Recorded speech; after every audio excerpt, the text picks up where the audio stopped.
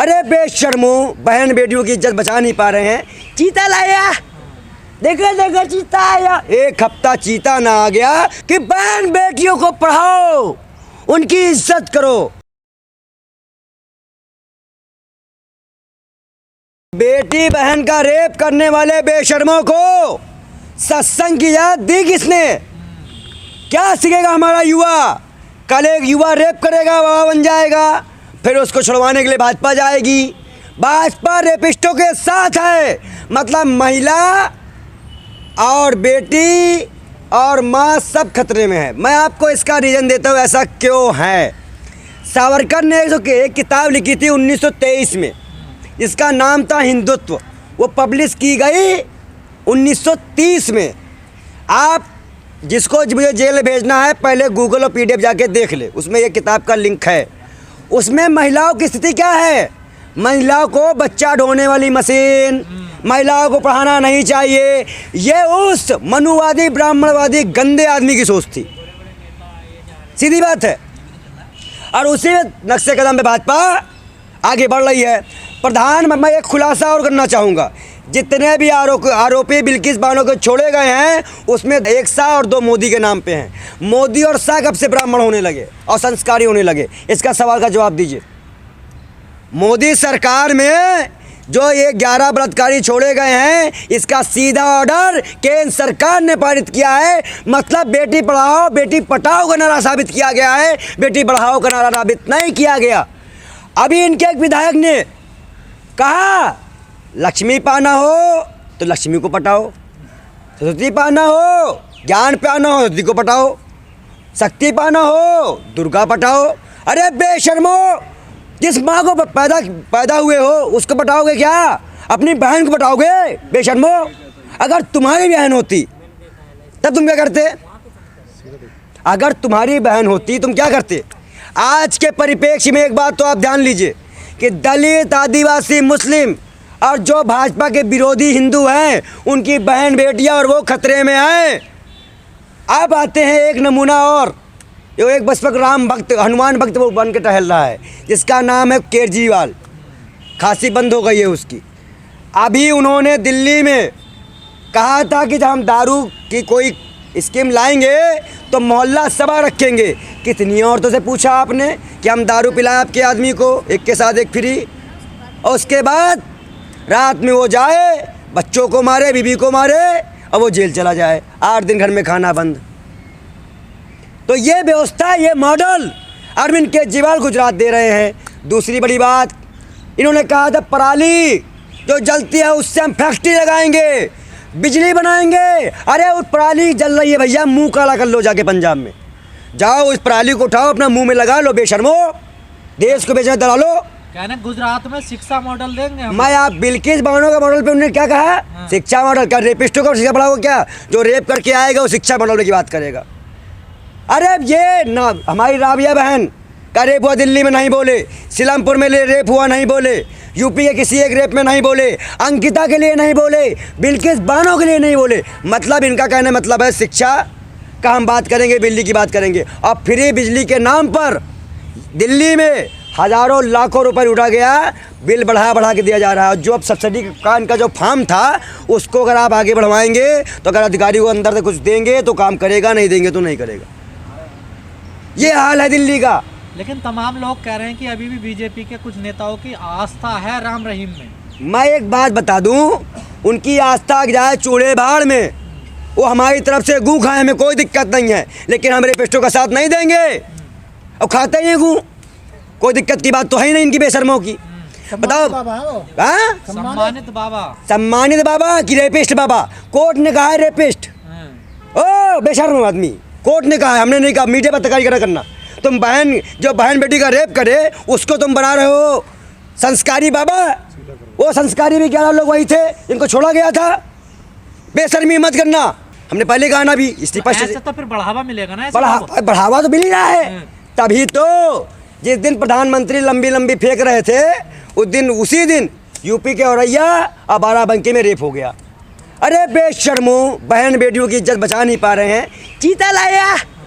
देखा देखा चीता आया, एक हफ्ता चीता ना आ गया। चीता सोचा कि मैं अब इंडिया में आया हूँ कि भाजपा में आया हूँ, इतना स्वागत हो रहा है मेरा।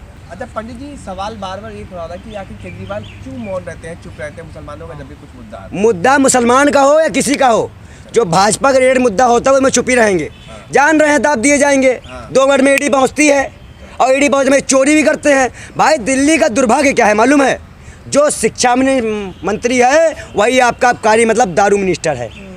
मनीष सिसोदिया एक तरफ कहता रात में बच्चों को पियो, रात में पेपर दो, पियो पेपर दो, पियो पेपर दो, और एक के साथ एक फ्री लो, अपने दोस्तों को ही पिलाओ, पैक बनाओ। बेशर्मो, आने वाली नस्लों को गांजा चरस दारू, आज भी गांजा बंद कर दिया गया, बिल्कुल समर्थन है, बंद कर दो। लेकिन दारू को 70 वाली पौवा बिक रही है गली गलियों में, दारू बंद करे। दिवाली हिंदू के आस्था का त्यौहार है, दारू बंद नहीं हो सकती। जैसे तुम चिल्लाते हो जब रमज़ान चलता है या नवरात्रि मास बंद करो तो दारू बंद कर दो। लेकिन जितने हमारे यहाँ क्या ठरकी हिंदू हैं वो ठरकी ठरक पन्ना उनको कहाँ जाएगा, उनको रात में 70 कोड़ा चाहिए, चाहे घर में खाने को ना हो। ये सरकार ने पूरी तरह से नशेड़ी बना दिया और खुद भांग खा के सोती रहती है।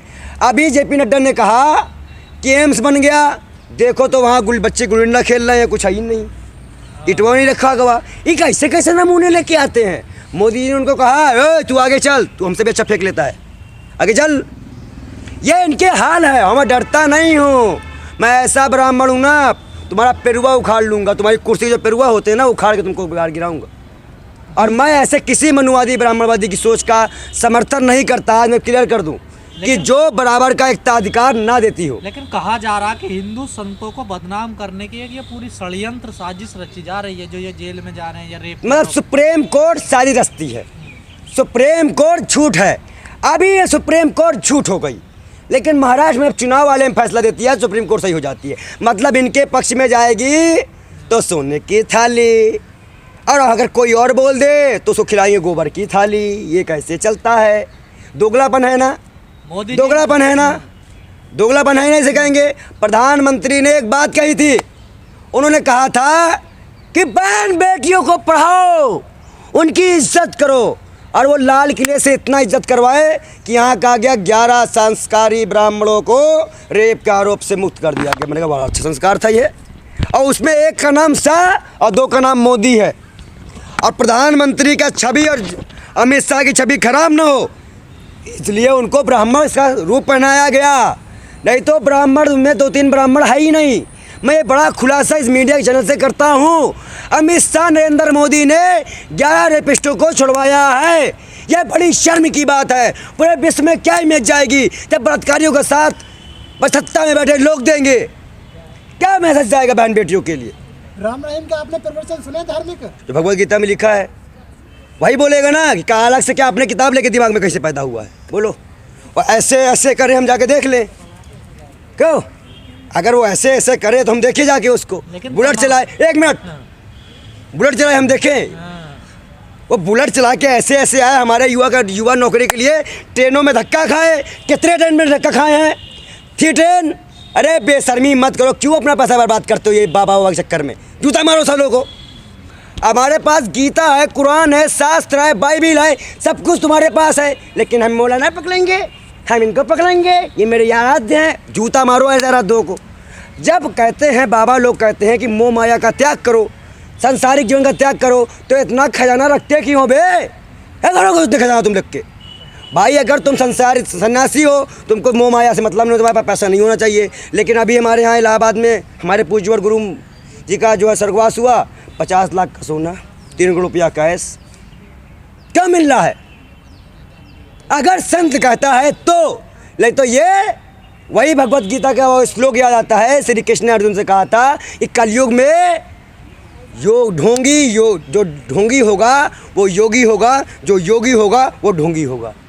अब तो नए नए कथावाचक भी आ गए हैं। हाँ, बागेश्वरम बाबा है बेवकूफ़ आदमी, वो तो ऐसे पर्चे बनाता है। उसने प्रधानमंत्री की बेइज्जती कर दी। कहने एक दिन मैंने प्रधानमंत्री का पर्चा बना डालो, मैंने अच्छा पर्चा लिख दी ने।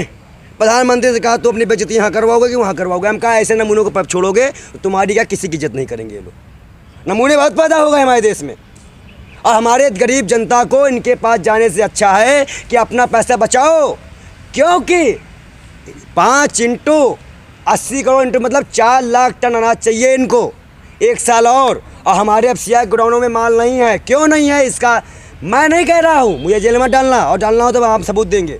ये आपके FCI गोडाउनों की रिपोर्टें कह रही हैं। आपकी बार जहाँ जहाँ पे राशन आते थे, जहाँ जहाँ पैदावार होती थी, वो बाढ़ से ख़त्म हो चुका है, ख़त्म हो चुका है। अब कहाँ से बांटोगे? तो ये भी जनता को समझना है कि आबा बाबा के चक्कर में ना पड़े, पैसा बचाए, भुखमरी आने वाली है देश में।